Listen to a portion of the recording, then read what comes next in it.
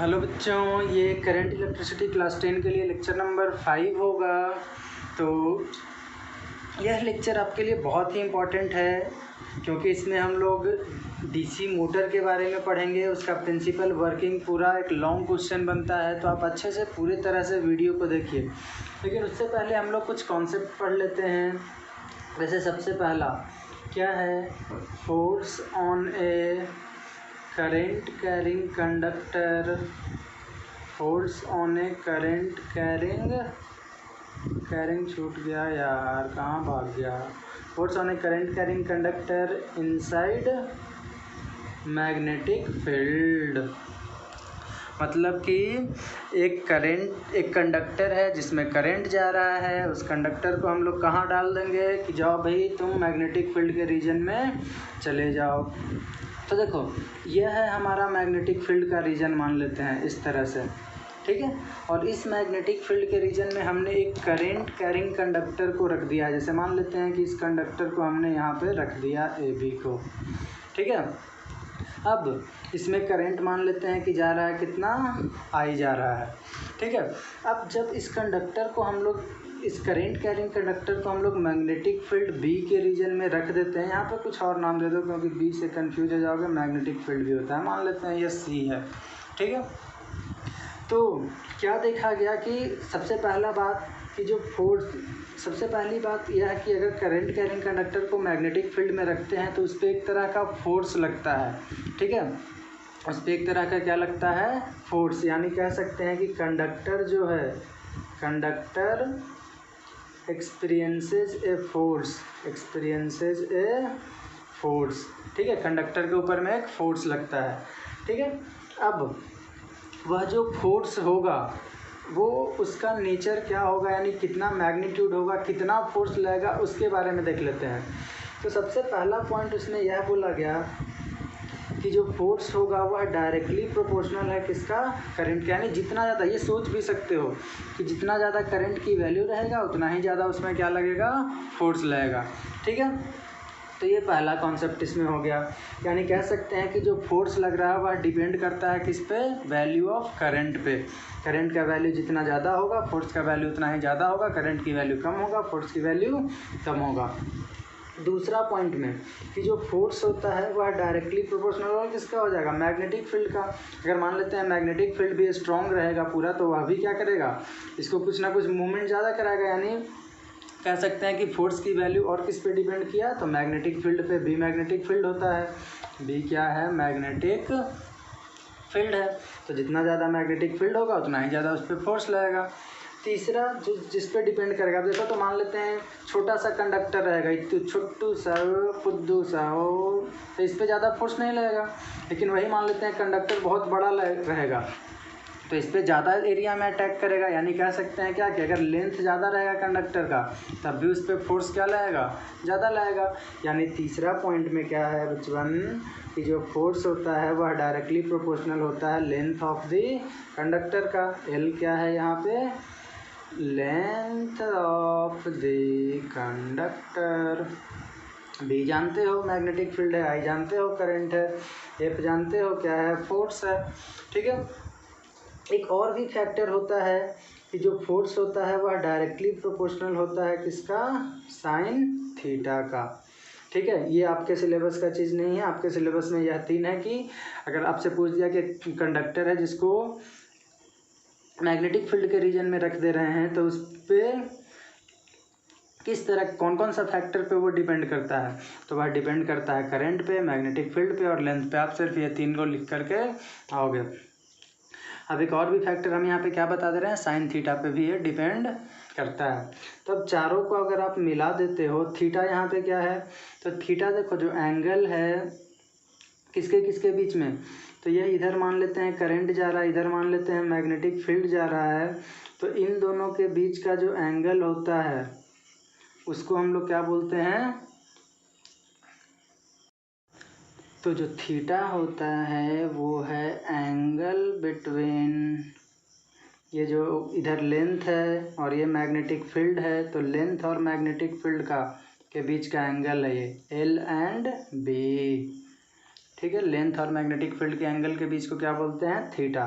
ठीक है। अब देखो साइन थीटा क्यों हुआ, ये सब भी समझते आप, अगर आपने ट्रिग्नोमेट्री पढ़ा हुआ है तो यह देखे हुए कि साइन थीटा और कॉस थीटा का मैक्सिमम वैल्यू 1 होता है और मिनिमम वैल्यू -1 होता है। तो अगर मान लेते हैं कि बी जो है इधर है, मैग्नेटिक फील्ड इधर है, अगर लेंथ भी मान लेते हैं इधर भी हम लोग ऐसे ही रख दिए, जिधर बी है, जी बी का डायरेक्शन उधर है, ईस्ट की तरफ है, तो उधर भी हम लोग यही रख दिए लेंथ को भी, तो दोनों के बीच का एंगल कितना हो गया, ऐसे रहता तो कुछ ना कुछ एंगल ऐसे रहता तो 90 डिग्री है। ठीक है। ऐसे रहेगा तो क्या है, 0 डिग्री है। तो क्या होगा इस सिचुएशन में, क्या मैग्नेटिक फील्ड ज़्यादा इसको अफेक्ट कर रहा है, सीधा सीधा पास हो जा रहा है, यानी ज़्यादा इफेक्ट नहीं कर रहा है, यानी ज़्यादा फोर्स नहीं लगा रहा है इस पर। यही अगर इसको ऐसे रखेंगे तो क्या होगा, पूरा मैग्नेटिक फील्ड जाएगा, इसको मारेगा खटाक। ठीक है। तो हम लोग क्या कह सकते हैं कि अगर ये दोनों के बीच का एंगल 90 डिग्री है तब इस पर भर पेट फोर्स लग रहा है कि नहीं लग रहा है, यानी मैक्सिमम लग रहा है। तो 90 डिग्री है तो मैक्सिमम लग रहा है। 90 डिग्री पे मैक्सिमम कौन होता है, तो आपने पढ़ा होगा साइन 90 पे 1 होता है और कॉस 90 कितना होता है, 0। तो अगर कॉस थीटा यहाँ पे रखते तो कॉस थीटा देखो तो क्या हो जाता, ऐसे रखते तो 0 फोर्स लगना चाहिए था, क्योंकि कॉस 90 0 होता है, लेकिन इस सिचुएशन में मैक्सिमम लग रहा है। तो मैक्सिमम कब हुआ, जब साइन थीटा हुआ, क्योंकि साइन 90 का वैल्यू 1 होता है, 90 डिग्री रहेगा तो मैक्सिमम लग रहा है, और 90 पे मैक्सिमम कौन होता है, तो साइन होता है, इसीलिए यहाँ पे कौन सा आ गया, साइन हो गया। अब चारों को कंबाइन करोगे तो फोर्स बराबर हम लोग लिख सकते हैं ILB साइन थीटा। ठीक है। यहाँ पे आपसे क्वेश्चन सिर्फ यह पूछेगा कि अगर किसी करंट कैरिंग कंडक्टर को मैग्नेटिक फील्ड में रखा गया तो वह कौन कौन से फैक्टर पे डिपेंड करता है। तो कौन कौन सा फैक्टर लिख दोगे आप, सबसे पहला करंट पे डिपेंड करता है, जितना ज़्यादा करंट रहेगा उतना ज़्यादा मैग्नेटिक फील्ड रहेगा। दूसरा किस पे डिपेंड करता है, तो मैग्नेटिक फील्ड फोर्स लगेगा, जितना ज़्यादा करंट रहेगा उतना ज़्यादा फोर्स लगेगा। दूसरा, जितना ज़्यादा मैग्नेटिक फील्ड होगा उतना ज़्यादा फोर्स लगेगा। तीसरा, जितना बड़ा लेंथ ऑफ कंडक्टर होगा उतना ही ज़्यादा फोर्स लगेगा। इस तरह से आप इसको याद रख सकते हो कि करंट कैरिंग कंडक्टर है तो करंट का टर्म लगेगा। एक और भी आगे हम लोग पढ़ेंगे कि चार्ज को अगर इसमें रख देंगे तब क्या होगा, तो वो अभी नहीं बता रहे हैं, अभी सिर्फ इतना पढ़ो कि करंट का है तो इसमें ILB, करंट है तो ILB या BIL, बिल। ठीक है। बिल साइन थीटा ऐसे याद रख सकते हो। ठीक है। बिल बिल बिल यानी फोर्स है करंट कैरिंग कंडक्टर में तो बिल साइन थीटा। ठीक है। तो ये हो गया। अब देखो, अब फोर्स है तो हम लोग जान रहे हैं कि फोर्स एक वेक्टर क्वांटिटी है, तो यह भी पूछोगे कि कौन से डायरेक्शन में लग रहा है, यानी यहाँ पे आपको डायरेक्शन भी निकालना बहुत इम्पॉर्टेंट है। तो इसके डायरेक्शन के लिए हम लोग यूज़ करते हैं, for direction we use Fleming's left hand rule. Fleming's left hand rule. अब ये फ्लेमिंग का लेफ्ट हैंड रूल क्या होता है, देखो फ्लेमिंग का लेफ्ट हैंड रूल में यह बोलता है कि अगर आप अपने लेफ्ट हैंड को, ये हमारा लेफ्ट हैंड है, ठीक है, तो लेफ्ट हैंड रूल को इस तरह से रखो, 3 फिंगर लो, थंब लो, 4 फिंगर लो, सेंटर फिंगर लो, और तीनों को आपस में परपेंडिकुलर इस तरह से रहना चाहिए। ठीक है, देख रहे हो, स्ट्रेच कर लो इस तरह से कि सब आपस में 90 डिग्री का एंगल बनाते रहे। अब इसके बाद अगर तुम जो आपका 4 फिंगर है उसको रखते हो मैग्नेटिक फील्ड के रीजन में, 4 फिंगर को किधर रखते हो, मैग्नेटिक फील्ड के रीजन में, और सेंटर फिंगर को उधर रखते हो जिधर करंट जा रहा है। 4 finger magnet field, 4 finger field, F for 4 finger, F for field, C for centre finger, C for current, यानी 4 फिंगर को जिधर फील्ड है उधर, सेंटर फिंगर को जिधर करंट है उधर रखते हो। देन जिस डायरेक्शन में ये थंब है यह हमें बताएगा कि कौन से डायरेक्शन में इस कंडक्टर पे फोर्स लग रहा है। ठीक है, क्या बोले, मैग्नेटिक फील्ड इधर है, जैसे मान लेते हैं इसी में हम लोग लेकर के चल रहे हैं, तो मैग्नेटिक फील्ड का डायरेक्शन इस साइड में है, तो मैग्नेटिक फील्ड के डायरेक्शन में किसको रखना है, इसको, मैग्नेटिक फील्ड के डायरेक्शन में 4 फिंगर को। और करंट मान लेते हैं ऊपर से नीचे जा रहा था, एक ऐसे ही एग्जांपल के लिए मान लेते हैं करंट ऊपर से कहाँ जा रहा है, नीचे, तो करंट इसका डायरेक्शन नीचे हो जाएगा, ये करंट नीचे जा रहा है तो इसको नीचे रख लिए। ठीक है, और मैग्नेटिक फील्ड इधर है तो इस कंडक्टर पे जो फोर्स लगेगा वो कौन से डायरेक्शन में लगेगा, ऊपर की ओर डायरेक्शन में लगेगा। ठीक है, तो यह हमें बताता है कौन, फ्लेमिंग्स का लेफ्ट हैंड रूल। यानी क्या लिख लेंगे इसमें स्टेटमेंट, यानी क्या लिख लेंगे हम लोग कि hold the 4 finger, centre finger and thumb of your left hand eight right angles पे रख लो इस तरह से कि जो 4 फिंगर है वो किधर पॉइंट कर रहा है, डायरेक्शन ऑफ मैग्नेटिक फील्ड की तरफ, सेंटर फिंगर किधर कर रहा है तो करंट की तरफ। तब जो आपका थंब होगा यानी अंगूठा होगा वो किसका डायरेक्शन बताएगा, डायरेक्शन ऑफ फोर्स बताएगा। ठीक है, ऐसे भी याद रख सकते हो। एक और भी तरीका है, मदर फादर चाइल्ड। ठीक है, एम फॉर ये ऐसे चलो, C for current, mother father child, C for current, F for field और एम फॉर मोशन, यानी इस डायरेक्शन में मोशन होगा, फोर्स लगेगा तो मोशन ही होता है। तो मदर फादर चाइल्ड, देखो मैंने लिख भी रख दिया है यहाँ पे M F and this is C. ठीक है, मदर फादर चाइल्ड, क्लियर है। तो ऐसे भी आप याद रख सकते हो। ठीक है, mother father child, mother father child. ठीक है, थंब मदर, ये father and this is child. तो ये फ्लेमिंग्स का लेफ्ट हैंड रूल हुआ। जैसे मान लेते हैं एक और एग्जांपल, इसमें अगर मैं सिंपल सा बिल्कुल आपको दूं यहाँ पे तो समझने की कोशिश करोगे, बहुत ही सिंपल सा। जैसे मान लेते हैं यहाँ तक क्लियर हो गया। अब एक एग्जांपल ऐसा ही दे रहा हूँ। जैसे मान लेते हैं कि यह मैग्नेट है, लेट अस सपोज ये मैग्नेट है, नॉर्थ पोल है और ये इसका साउथ पोल है। हम लोग क्या जानते हैं, मैग्नेटिक फील्ड किधर से होता है, नॉर्थ से निकलता है साउथ की तरफ। तो इस डायरेक्शन में हो गया कौन सा, मैग्नेटिक फील्ड एम। ठीक है, और यहाँ पे एक मान लेते हैं इस तरह से कंडक्टर को रख दिया गया है। ठीक है, यह एक कंडक्टर है जिसमें करंट पास हो रहा है। मान लेते हैं नीचे में हम इस तरह से करंट इससे पास करवा देते हैं, ये प्लस है ये माइनस है, तो प्लस से निकलेगा, ऐसे करंट जाएगा। ठीक है, ये ए बी वाले लेंथ को देखना पहले। तो देखो इसमें क्या है, कौन से डायरेक्शन में फील्ड है, तो नॉर्थ से साउथ है, तो फील्ड के डायरेक्शन में किसको रखना था, इसको। तो इसको इधर रख दिए। करंट कहाँ जा रहा है, ऊपर जा रहा है, तो करंट ऊपर जा रहा है, ऐसे हो जाएगा। देखो फोर्स, फील्ड इधर है, करंट किधर जा रहा है, ऊपर की ओर जा रहा है। तो जो थंब होगा वो डायरेक्शन बताएगा किसका, थंब बताएगा कि फोर्स किधर लगेगा। तो थंब किधर जा रहा है, नीचे की तरफ, मतलब कि यह वाला जो कंडक्टर है ए बी है वो कहाँ चला जाएगा, अंदर चला जाएगा। ठीक है, यह वाला जो ए बी है वो किधर जाएगा, इनसाइड चला जाएगा। अब करंट ऐसे जा रहा है, मान लेते हैं इधर आया, तो इधर में कौन सा हो जाएगा, इस तरह से करंट हो जाएगा। अब इसमें अगर तुम डायरेक्शन निकालना चाहोगे, ये मान लेते हैं सी डी है, तो सी डी का डायरेक्शन निकालना चाहते हो, तो सी डी का डायरेक्शन कौन सा हो जाएगा, देखो तो वो मैग्नेटिक फील्ड तो यही है नॉर्थ से साउथ, तो उधर की ओर ये 4 फिंगर रख दिए। करंट ऊपर से नीचे जा रहा है, तो करंट के डायरेक्शन में इसको रखो, तो करंट के डायरेक्शन में ये हो गया। तो इस सिचुएशन में देखो तो थंब किधर बता रहा है, ऊपर। ठीक है, ऊपर बता रहा है, यानी क्या कह सकते हैं हम लोग कि जो इसका मोशन होगा, यानी जो इस पर फोर्स लगेगा वो कौन से डायरेक्शन में लगेगा, ऊपर की ओर डायरेक्शन में लगेगा। अब इसका मतलब यह है कि अगर मान लेते हैं कि यह वाला ये प्लेट था, या जो प्लेट यहाँ पे हम लोग देख रहे हैं रेक्टेंगुलर का ABCD, उस पर अगर रखा गया है, तो इधर की ओर डायरेक्शन, इस पे डायरेक्शन कौन सा लग रहा था, इसमें करंट, इस साइड में करंट ऊपर की ओर जा रहा था। ठीक है, और इधर में करंट नीचे की ओर आ रहा था। ठीक है, और मैग्नेटिक फील्ड का डायरेक्शन यह है।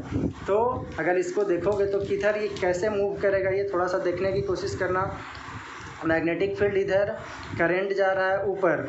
ठीक है, मैग्नेटिक फील्ड इस डायरेक्शन में है और करंट ऊपर जा रहा है, करंट ऊपर जा रहा है मतलब ऐसे लिख कर सकते हैं, यानी तब ये नीचे जाएगा, मतलब ये वाला पार्ट ये नीचे जाएगा, ऐसे है तो ये नीचे जा रहा है। और दूसरा वाला पार्ट देखोगे तो इसमें क्या है, करंट नीचे था, मैग्नेटिक फील्ड तो उधर ही है, तो मैग्नेटिक फील्ड उधर, करंट नीचे, तो इस डायरेक्ट इसमें फोर्स किधर लगेगा, ऊपर की ओर। मतलब कि इस साइड में फोर्स नीचे लग रहा है और इस साइड में फोर्स ऊपर लग रहा है, तो इसमें नीचे इसमें ऊपर, तो ये क्या करेगा, घूम जाएगा। इसमें नीचे इसमें ऊपर, तो ये क्या करने लगेगा, घूमने लगेगा। और यानी फोर्स लगा जिसकी वजह से घूमने लगा, तो जिसको टॉर्क बोलते हैं, क्या बोलते हैं उसको, टॉर्क। ठीक है, तो ये था फ्लेमिंग का लेफ्ट हैंड रूल। ठीक, आई थिंक आपको बिल्कुल अच्छे तरीके से समझ में आ गया होगा। अब हम लोग इसके आगे का टॉपिक जो पढ़ते हैं, that is very important for you. आप हेडिंग दे दोगे इलेक्ट्रिक मोटर। ठीक है, यानी इलेक्ट्रिक मोटर का कॉन्सेप्ट क्या होता है, जो आपको लॉन्ग क्वेश्चन में पूछा जाता है CBSE में, और वो अभी आप बिल्कुल अच्छे तरीके से सीख जाओगे कि क्या क्या होता है इलेक्ट्रिक मोटर, कैसे कैसे वो वर्किंग करता है, कौन कौन सा कंपोनेंट उसमें रहता है। तो चलिए शुरू करते हैं इसको। तो इलेक्ट्रिक मोटर, हेडिंग दे दोगे क्या, इलेक्ट्रिक मोटर। अब देख लो मोटर जो होता है सबसे पहले क्या करता है, तो यह समझो मोटर में हम आपके घर में मोटर है, मोटर में क्या करते हो आप, इलेक्ट्रिकल एनर्जी करंट देते हो ना, स्विच दबा दिए टूं, जैसे मान लो कि आप बाथरूम में फंसे हुए हो, साबुन उबुन लगा लिए आँख में, अब पानी ख़त्म हो गया, तो क्या बोलते हो, मम्मी मम्मी मोटर चालू करिए जल्दी से। तो मोटर चालू करने के लिए क्या करते हो, स्विच जाकर दबाते हो, तो स्विच दबाने से क्या हुआ, आपने इलेक्ट्रिकल एनर्जी देते हो, तो इलेक्ट्रिकल एनर्जी आप दे रहे हो, उसमें तो पानी भरने लगता है टंकी में, अब पानी उसको नीचे से निकाल करके दे जा करके टंकी में पहुंचा रहा है, ज़मीन के नीचे से पानी निकाल रहा है और टंकी में पहुंचा रहा है, तो क्या कर रहा है, वो काम कर रहा है, ठीक है। तो मैकेनिकल काम उसको बोलते हैं, कौन सा, मैकेनिकल वर्क, यानी क्या कह सकते हैं कि इलेक्ट्रिकल मोटर क्या होता है, तो यह एक ऐसा डिवाइस है जो हम लोग इलेक्ट्रिकल एनर्जी उसमें देते हैं, तो वो कौन सी एनर्जी में कन्वर्ट कर देता है, उसको मैकेनिकल एनर्जी में कन्वर्ट कर देता है, ठीक है। यानी यह अगर आपका यहाँ पे इलेक्ट्रिक मोटर है, इसके पहले आपने इलेक्ट्रिकल एनर्जी दिया, तो यह इसको कन्वर्ट कर देता है किस चीज़ में, मैकेनिकल एनर्जी में कन्वर्ट कर देता है। तो डेफिनेशन इसका क्या लिख लेंगे हम लोग कि it is a device which, एक ऐसा डिवाइस है जो क्या करता है, which converts electrical energy into mechanical energy, ठीक है। तो ये हो गया इसका कौन सा, इलेक्ट्रिकल मोटर का डेफिनेशन। अब जैसे इस पर कौन कौन सा वर्क करता है, कुछ एग्जांपल्स अगर लिखना चाहोगे तो देखो, जो इलेक्ट्रिक मोटर हम लोग यूज़ करते हैं, इलेक्ट्रिक मोटर यूज्ड इन, इसमें आप फैन में इलेक्ट्रिकल फ़ैन जो होता है, पंखा वो नहीं कि ये वाला जो है पंखा उस पर, उसमें नहीं होता है, जो इलेक्ट्रिकल फ़ैन है उसमें क्या करते हैं हम लोग, इलेक्ट्रिकल एनर्जी देते हैं तो वो घूमने लगता है, मैकेनिकल काम करने लगता है, तो फैंस हो गया, ठीक है। और किस में यूज़ करते हैं, वॉशिंग मशीन में भी यूज़ करते हैं, वॉशिंग मशीन में क्या देते हैं, इलेक्ट्रिकल एनर्जी हम लोग देते हैं, तो वो रोटेट करने लगता है, ठीक है, ऐसे ऐसे रोटेट करता है, इस वजह से कपड़ा साफ़ हो जाता है, ठीक है।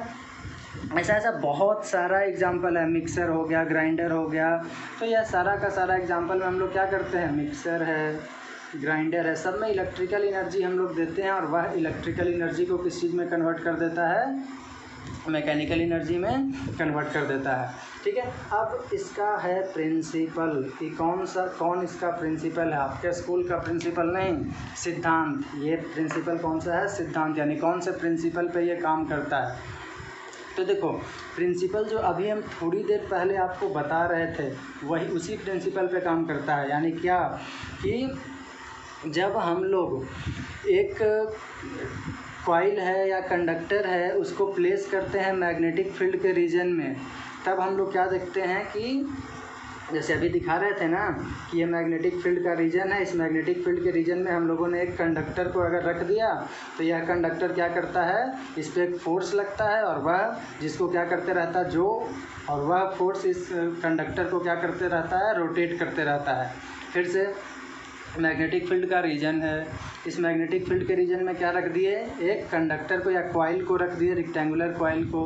अब इस रेक्टेंगुलर कॉइल पे क्या लगेगा, फोर्स लगेगा, फोर्स लगने की वजह से ये क्या होता है, इस पर देखे थे कि अंदर की ओर लगता है, क्रॉस का मतलब अंदर और डॉट का मतलब मान लो बाहर, तो इस पर अंदर लगता है, इस पर बाहर लगता है, जिसकी वजह से क्या करते रहता है, टों रोटेट करते रहता है, ठीक है।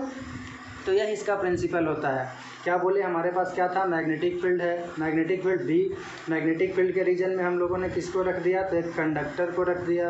अब इस करंट कैरिंग कंडक्टर को, करंट जा रहा है इससे, करंट कैरिंग कंडक्टर को रख दिए। अब इस करंट कैरिंग कंडक्टर पे क्या लगता है, फोर्स लगता है, फोर्स लगने की वजह से ये क्या करता है, रोटेट होता है, ठीक है, रोटेट होता है। तो यही इसका प्रिंसिपल है, ठीक है। यानी इसी बात को हम लिख देते हैं नीचे में कि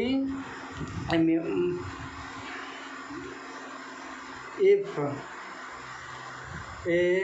या वेन लिख लो, when a rectangular coil is placed in the magnetic field and current is passed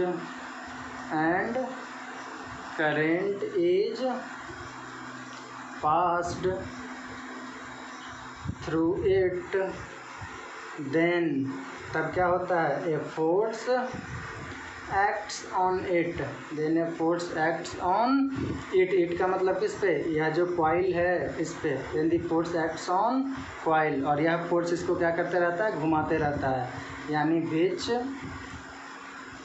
rotates it continuously, और यह इसको क्या करते रहता है, कंटिन्यूअसली रोटेट करते रहता है।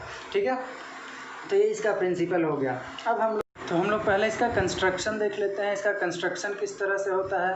देखो कंस्ट्रक्शन के लिए हम लोग क्या करते हैं, सबसे पहले दो मैग्नेट लेते हैं, ठीक है, इस तरह से दो मैग्नेट ले लिए, ये मैग्नेट का नॉर्थ हो गया, और एक मैग्नेट इधर ले लेते हैं, सिलिंड्रिकल टाइप का मैग्नेट लेते हैं ऐसे, ठीक है, बताएंगे उसका भी कारण कि क्यों इसी तरह का मैग्नेट लेते हैं हम लोग।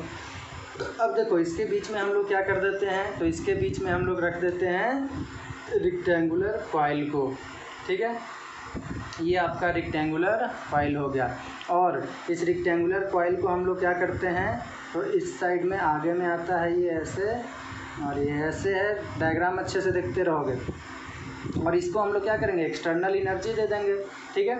तो अभी छापना मत इसको, हो सकता है कुछ हम और चेंजिंग कर दे बीच में, तो आप देखते रहना बस। इसको हम लोग क्या कर देंगे, आगे में जा कर के एक बैटरी से कनेक्ट कर देंगे, ठीक है, ये हमारा बैटरी हो गया।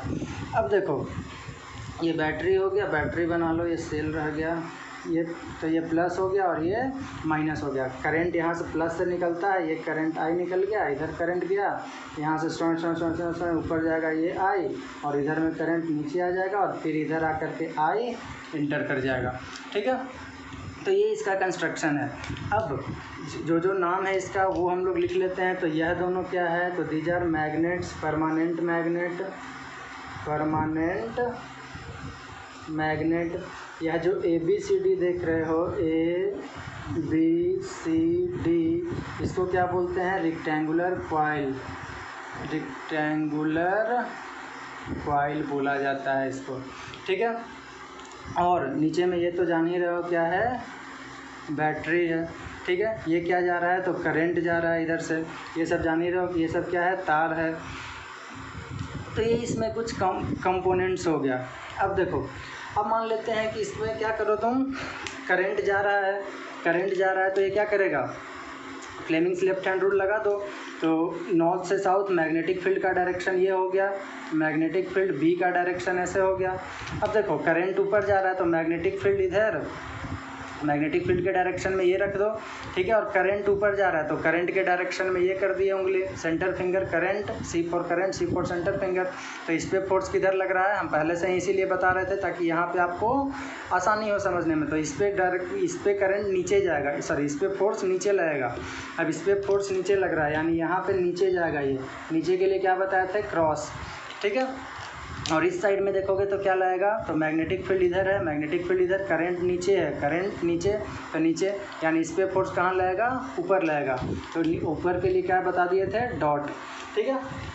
तो ये इस तरह से। अब इस पर यही वाला सीन आ गया कि इस पर फोर्स नीचे लग रहा है, इस पर फोर्स ऊपर लग रहा है, तो जिसकी वजह से क्या करेगा, रोटेट करेगा, ठीक है। यानी इस तरह से ये रोटेट करते रहेगा, ठीक है। और ये रोटेट करेगा तो मोटर घूम रहा है, तो अपना मैकेनिकल काम ये करेगा। अब देखो जब ये मान रहे हैं घूम रहा है, तो क्या होगा, यह तो तार इधर से जो भी हम लोग लाए हैं ये लिमिटेड तार है, 2 4 10 20 50 100 चक्कर मारेगा, उसके बाद तार जो है इसका घूमते क्या हो जाएगा, ऐसे तार है 2 गो, ये तार अपने में क्या लपटाता नहीं रहेगा, देख रहे हो, घूमेगा तो ये लपटा जाएगा ना, यानी लपटाते क्या होगा, एक समय ऐसा आएगा जब तार टूट जाएगा, आपका काम क्लियर हो गया। तो इस वजह से हम लोग क्या करते हैं, मतलब कि यह वाला जो सेटअप पूरा हम लोग देख रहे हैं, इसमें हमारा एक डिमेरिट क्या रह गया कि यहाँ पे हम लोगों को कुछ और भी, किसी और भी चीज़ का यूज़ करना होगा। अब कौन से चीज़ का यूज़ करें ताकि हमारा यह जो तार लपेटाने वाला परेशानी है वो ख़त्म हो सके, तब हम लोग यहाँ पे यूज़ करते हैं, ध्यान दोगे। देन हेयर हम लोगों ने यूज कर लिया किस चीज़ को, तो हम लोग यहाँ पे यूज़ करते हैं एक इस तरह से, ऐसा है ये, ठीक है। और इसके आगे में यूज़ कर लेते हैं कार्बन ब्रश है ये, ध्यान देना बहुत इम्पोर्टेंट है, ठीक है। ये क्या है, तो दिस इज़ कार्बन ब्रश। और ये क्या है जो ऐसे ऐसे लग रहा है, तो ये इसको बोलते हैं हम लोग स्प्लिट रिंग। स्प्लिट रिंग यानी एक रिंग है उसको तोड़ दिए हैं, या इसी को और भी एक नाम होता है कुमुटेटर। कुमुटेटर, ठीक है, सॉरी स्पेलिंग थोड़ा सा गलती लिखा गया, कॉम्यूटेटर, COMMUTATOR, कॉम्यूटेटर। तो ये अब सीन ऐसा बन गया, तो अब जो हमारा पहले वाला परेशानी था कि जो तार बज करके टूट जा रहा है, वो परेशानी यहाँ पे सोल्व हो गया। कैसे, या देखो ये जो स्प्लिट रिंग है, सिंपली ये काड़ा देख रहे हो तुम, तो इसको आधा से काट दो, बिल्कुल यहाँ से पूरा आधा आधा काट दो, और एक ऐसे बन जाएगा। ऐसे अभी पूरा एक काड़ा है, काट दोगे तो ऐसे हो जाएगा। तो एक साइड को इधर लगा दो, दूसरे साइड को इधर लगा दो, और इस साइड में 2 क्या लगा देते हैं हम लोग, कार्बन का ब्रश लगा देते हैं। सबका काम बताएंगे कि किसका किसका क्या काम है, कोई भी चीज़ यहाँ पे फालतू नहीं लगाया गया है। अब तो इतने सारे कंपोनेंट्स हो गए हमारे। सबसे पहला हम लोग देख लेते हैं परमानेंट मैग्नेट का क्या काम है। तो परमानेंट मैग्नेट का काम यह है कि ये क्या प्रोवाइड करेगा, मैग्नेटिक फील्ड। जो हम लोग बी देख रहे थे वो कौन प्रोवाइड कर रहा है, तो मैग्नेट प्रोवाइड कर रहा है। यानी इसका क्या काम है, to provide strong magnetic field, ठीक है, क्या, to provide strong magnetic field. और ये सिलिंड्रिकल होने का कारण है क्योंकि ये रेडियल मैग्नेटिक फील्ड प्रोड्यूस करता है, जो इसके लिए बेस्ट होता है, ठीक है। कोई कैसा प्रोड्यूस करता है, रेडियल मैग्नेटिक फील्ड प्रोड्यूस करता है। क्लियर है। तो ये हो गया परमानेंट मैग्नेट का काम। दूसरा हो गया ये रेक्टेंगुलर कॉइल का क्या काम है। तो रेक्टेंगुलर कॉइल का काम यह है कि जब इसमें करंट पास होगा तो जिसकी वजह से इसमें फोर्स लगेगा, और ये क्या करते रहे, इसके बीच में रोटेट करते रहे, ठीक है। क्या काम है इसका, रेक्टेंगुलर कॉइल का, कि जब इससे करंट पास हो तो फोर्स लगे तो इसका काम क्या बच गया, सिर्फ रोटेट होना, ठीक है। तो ये रोटेट करता है। उसके बाद में यह है स्प्लिट रिंग्स। तो स्प्लिट रिंग का क्या काम है, एक तो हम आपको बता दिए कि जो यहाँ पे तार फंस जा रहा था उससे बचाने का ये काम किया, ठीक है, क्योंकि अब तार फंसेगा नहीं। यह भी सिर्फ कांटेक्ट इसके साथ, कार्बन ब्रश जो है इसके साथ बस सटा रहता है, इससे कनेक्टेड नहीं है, सटा हुआ है। सटा हुआ कनेक्टेड में फ़र्क है। सटा हुआ है मतलब ये फ्रीली मूव कर सकता है, ठीक है, यानी वेल्डिंग कुछ नहीं किया रहता है, बस इसमें छुआ हुआ है ऐसे, ठीक है, ऐसे सटा हुआ है, बस ये काम करता है। अब देखो सटा हुआ है तो ये घूमने के लिए फ्री है बिल्कुल। अब देख लो, पहले इसी को देख लेते हैं। कार्बन ब्रश का क्या काम है, तो कार्बन ब्रश का काम यह है, कार्बन का बना हुआ है सबसे पहले, तो कार्बन यानी ग्रेफाइट का। तो यह कह सकते हैं कि, और ये फिक्स होता है, ऐसा नहीं कि ये इधर उधर है, ये फिक्स होता है। तो कार्बन ब्रश का यहाँ पे काम यह है, जैसे ग्रेफाइट होता है, ग्रेफाइट क्या होता है, सबसे पहला तो ये ल्यूब्रिकेंट का काम करता है। ल्यूब्रिकेंट का काम करने का मतलब है कि यहाँ पे बार बार खींचने की वजह से, जैसे ये घूम रहा है बार बार, तो घूमने की वजह से यहाँ पे ल्यूब्रिकेंट की काम करेगा, तो उसमें स्पार्क वगैरह का यानी फ्रिक्शन ज़्यादा प्रोड्यूस नहीं होगा। फ्रिक्शन ज़्यादा प्रोड्यूस नहीं होगा तो बर्निंग वगैरह का यानी आग लगने का चांसेस कम है।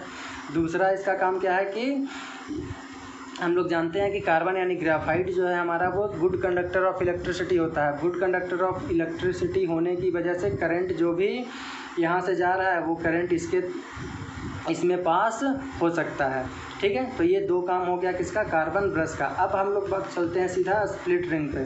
तो स्प्लिट रिंग क्या होता है, तो पहला काम इसमें क्या बोलेंगे कि यह हाफ रिंग्स होता है। स्प्लिट रिंग क्या होता है, हाफ रिंग होता है। और इसका काम क्या है, तो सिंपली बोलेंगे कि इसका काम यह है कि reverse the direction of current, यानी जब करंट का डायरेक्शन फ्लो होते रहेगा, जैसे देखो अभी इसमें नीचे से ऊपर जा रहा है, जब ये घूम करके उल्टा आ जाएगा, जब ये अभी ए बी में कहाँ जा रहा है, नीचे से ऊपर करंट जा रहा है, लेकिन जब ये घूमेगा, अभी दिखाया था कि ये घूमेगा, अब ये घूम करके इधर आ गया, तब इसमें करंट किधर जाएगा, तब ए बी इस साइड में आ गया, अब ए बी इस साइड में आ गया, तब इसमें करंट कहाँ से कहाँ जा रहा है, ऊपर से नीचे। तो अगर ये नहीं रहता तो क्या ये ऐसा हो पाता, नहीं। यानी कह सकते हैं कि जो यहाँ पे स्प्लिट रिंग है वो किस चीज़ का काम करता है, to reverse the direction of current. Clear है। तो ये सबका काम हमने आपको बता दिया। एक बार फिर से मैं इसको चाहूँगा कि आपको बोल दूँ, कोई भी संदेह नहीं रह जाए। परमानेंट मैग्नेट का काम क्या होता है? To produce a strong magnetic field. Rectangular coil का काम क्या है? To rotate inside the region of magnetic field. और बैटरी का काम क्या है? तो यहाँ पे पोटेंशियल डिफरेंस यानी करंट प्रोवाइड करना। और कार्बन ब्रश का काम क्या है? तो कार्बन ब्रश यहाँ पे बस कनेक्टेड रहता है। और दूसरा बात क्या बताएं कि यह एक कंडक्टर है तो जिससे करंट पास होने में सहूलियत होता है। और तीसरा बात, अब यहाँ पे भी देख लो, यहाँ पे मान लेते हैं डायरेक्टली तार इसको जोड़ देते तो फिर वही सीन होता, तो इसीलिए यहाँ पे कार्बन ब्रश हम लोग जोड़ते हैं, फिर इसको सिर्फ सटा करके इसमें छोड़ देते हैं। आगे अभी वर्किंग में दिखाएंगे कि सटा करके छोड़ने से क्या फ़ायदा होता है। अब और भी क्या बोले कि यह एक ल्यूब्रिकेंट का काम करता है, जिसकी वजह से फ्रिक्शन ज़्यादा पैदा नहीं होता है। फ्रिक्शन ज़्यादा पैदा नहीं होता है तो जलने से ये बच जाता है। और नेक्स्ट में हमने क्या बताया? तो स्प्लिट रिंग के बारे में। स्प्लिट रिंग क्या है? तो ये हाफ रिंग्स होता है और इसका काम क्या है? तो ये जब आर्मेचर कॉइल रोटेट करे तब उसके साथ यह भी रोटेट करे। और दूसरा क्या बोले कि यह डायरेक्शन ऑफ करंट को क्या करता है? रिवर्स करता है। अभी ऊपर से नीचे इस साइड में जा रहा है तो जब ये नीचे जाएगा, ये ऊपर आएगा तो ये घूम जाएगा, और घूमने के बाद जब ये वापस उल्टे पोजीशन पे आएगा तब ए बी में करंट जा रहा था नीचे से ऊपर, लेकिन इस साइड आने के बाद इसमें करंट जाएगा ऊपर से नीचे, तो करंट के डायरेक्शन को रिवर्स करने का काम भी ये स्प्लिट रिंग करता है। तो इतनी बात को हम पहले लिख देते हैं, आप लोग छाप लेना। तो ये हमने डेफिनेशन लिख दिया, आप वीडियो को पॉज करके डेफिनेशन को लिख लो। मैग्नेट में स्ट्रॉन्ग सिलेंड्रिकल मैग्नेट जो रेडिकल मैग्नेटिक फील्ड को प्रोड्यूस करता है, used which provide strong magnetic field. Armature coil तो the rectangular coil ABCD which is placed inside the magnetic field which rotates when current is passed, जो हमने बताया वही लिखा हुआ है। Split rings it consist of 2 halves of a metallic ring, 2 half रहता है मेटालिक रिंग का। The 2 ends of armature coil are connected to this rings and this rings rotate when coil rotate, जब कॉइल रोटेट करता है तो यह सब भी क्या होता है सॉरी यह भी रोटेट करता है। और ये क्या करता है? Reverses the direction of current in the armature coil. तो इतना लिख लो, मैं आगे लिख दे रहा हूँ। यहाँ पे 2 डेफिनेशन और है। कार्बन ब्रशेस का 2 carbon brushes are pressed against the split rings, pressed रहता है बस, ठीक है। This act as contact between battery और स्प्लिट रिंग के बीच में ये कॉन्टैक्ट बनाया रहता है, और ये बना होता है कार्बन का यानी ग्रेफाइट का। क्यों? 2 कारण बताए थे, क्योंकि यह गुड लुब्रिकेंट है जो फ्रिक्शन पैदा होने से दोनों के बीच में जब ये घूमते रहेगा तो फ्रिक्शन पैदा होने से हीट एनर्जी प्रोड्यूस हो जाएगा। हीट एनर्जी प्रोड्यूस होने से आग न लग जाए, इसकी वजह से ये लुब्रिकेंट की तरह काम करता है। तो इस वजह से हम लोग इसका यूज़ करते हैं कार्बन का। और दूसरा कि ये गुड कंडक्टर है। बैटरी तो हम आप जानते हो कि इलेक्ट्रिक करंट सप्लाई करेगा ताकि आर्मेचर कॉइल क्या कर सके? रोटेट कर सके। ये 2 फंक्शन ही हो गया, इसको भी लिख लो। आगे मैं इसका वर्किंग बताता हूँ। तो इसका वर्किंग समझिए, वर्किंग क्या होता है हमने बता दिया है, फिर भी मैं एक बार और बोलता हूँ। क्या बोले कि मैकेनिकल काम इसको करना है। हम मैकेनिकल काम कैसे करेगा? तो उसके लिए हम लोग करंट प्रोवाइड किए। करंट प्रोवाइड होने की वजह से ये ऊपर गया करंट, इधर में नीचे आया, AB में ऊपर गया, AB में करंट ऊपर जा रहा है, CD में करंट नीचे आ रहा है, जिसकी वजह से इस पर फोर्स किधर लगा ये हम लोग समझ लिए कि नीचे, ठीक है। और इस पर इस साइड में फोर्स किधर लगा? ऊपर, तो जिसकी वजह से ये रोटेट करेगा। अब देखो इस पोजीशन पे अभी है तो ये कांटेक्ट बनाए हुए है दोनों साइड से। अब जैसे ही ये इस डायरेक्शन से यानी ये हॉरिजॉन्टल है और हॉरिजॉन्टल पोजीशन से ये वर्टिकल पोजीशन पे ऐसे आया, ध्यान देना बिल्कुल, ये ऐसे आया तो क्या हो गया? इसका जो 2 रिंग है वो एक ऊपर आ गया ऐसे, यानी ऐसे जो रिंग था इसका दोनों साइड में, ये अब कैसे आ गया? इधर आ गया। अब इधर आ गया तो क्या होगा? इससे कॉन्टैक्ट ख़त्म हो जाएगा। अब इससे कॉन्टैक्ट ख़त्म हो गया तो करंट फ्लो नहीं करेगा। अब करंट नहीं फ्लो करेगा तो ये क्या करेगा? रुक सकता है। लेकिन सुनो, यहीं पे का ट्विस्ट है। जैसे मान लेते हैं आप फैन चला रहे हो, अब फैन चला रहे हो उसको आप स्विच ऑफ कर दिए, तो जैसे मान लेते हैं ऐसे फैन घूम रहा है, तो जैसे ही स्विच ऑफ किया क्या अचानक रुक गया? नहीं रुकता है। उसके पास खुद का एक इनर्शिया आ जाता है, ठीक है, मोमेंटम बन जाता है उसके अंदर में, और उस मोमेंटम की वजह से वो क्या करता है? देखते हो ना, फैन को ऑफ करते हो फिर भी वो थोड़ी देर तक घूमते धीरे धीरे रुकता है। तो सेम कंडीशन यहाँ भी होता है। जैसे ही ये इस पोजीशन पे वर्टिकल पोजीशन पे आया, इस तरह से आया, तो क्या होता है? इस पोजीशन से इस पोजीशन पे आया, कांटेक्ट ख़त्म हो गया। कांटेक्ट ख़त्म होने के बाद क्या होता है? उसके पास अपना जो मोमेंटम है, अपना जो इनर्शिया है, उसकी वजह से वो फिर रोटेट करता है, और फिर रोटेट करेगा तो क्या होगा? फिर से कांटेक्ट बना लेगा, फिर से रोटेट होकर के अब ऐसे आ गया, ठीक है। फिर रोटेट हुआ, ऐसे मान लेते हैं कि इधर आ गया, इधर आने के बाद फिर कांटेक्ट बनाएगा, फिर कांटेक्ट बनाएगा तो फिर करंट पास होगा, फिर करंट पास होगा तो उसी तरह से फिर इसके अभी यह सी डी इस साइड में आ जाएगा, ये भी इस साइड में, तो फिर सी डी में करंट नीचे से ऊपर जाने लगेगा। जैसे ही ये इधर सी डी इधर से इधर आ गया तो क्या होगा, इसमें फिर से करंट पास करेगा, तो इसमें करंट ऊपर पास होगा और ए बी में करंट नीचे पास होगा। ठीक है, तो उसकी वजह से फिर ये नीचे जाएगा, वही रूल लगा दो, करंट ऊपर जा रहा है, मैग्नेटिक फील्ड इधर है, तो इस पर फोर्स किधर लाएगा, नीचे की ओर लाएगा। ठीक है, तो ये नीचे जाएगा और इसमें देखोगे तो ये किधर आएगा, तो मैग्नेटिक फील्ड इधर है, करंट नीचे है, तो ये ऊपर चला जाएगा और ये ऊपर चला जाएगा तो फिर ये ऐसे, तो फिर ये इस पोजीशन पे आएगा, फिर इस पोजीशन पे आएगा, फिर करंट से इसका कांटेक्ट ख़त्म हो जाएगा।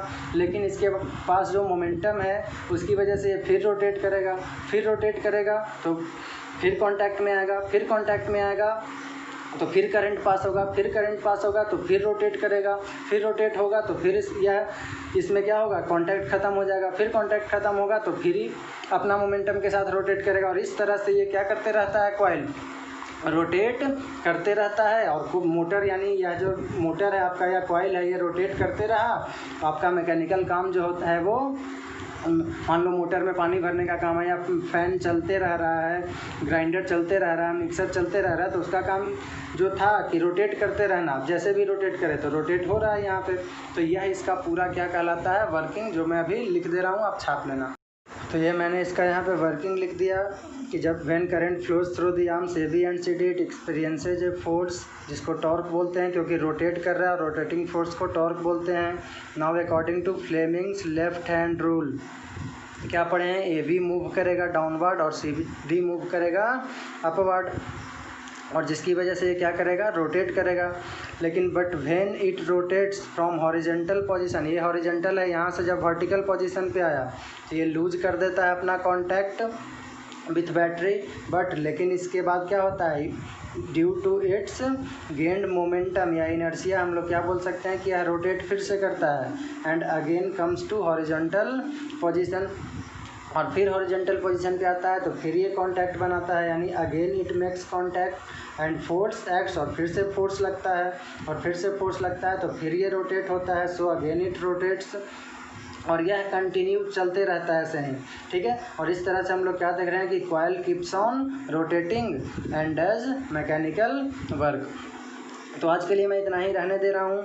आप कमेंट सेक्शन में हर एक बच्चा ज़रूर बताइएगा कि आपको समझ में आया या नहीं आया, और अपने जितना हो सके दोस्तों के साथ शेयर करिए ताकि हमारा छोटा सा प्रयास बहुत से लोगों तक पहुँच सके और हर कोई इस लॉकडाउन में इस पढ़ाई का फ़ायदा ले सके। तो धन्यवाद, जय हिंद।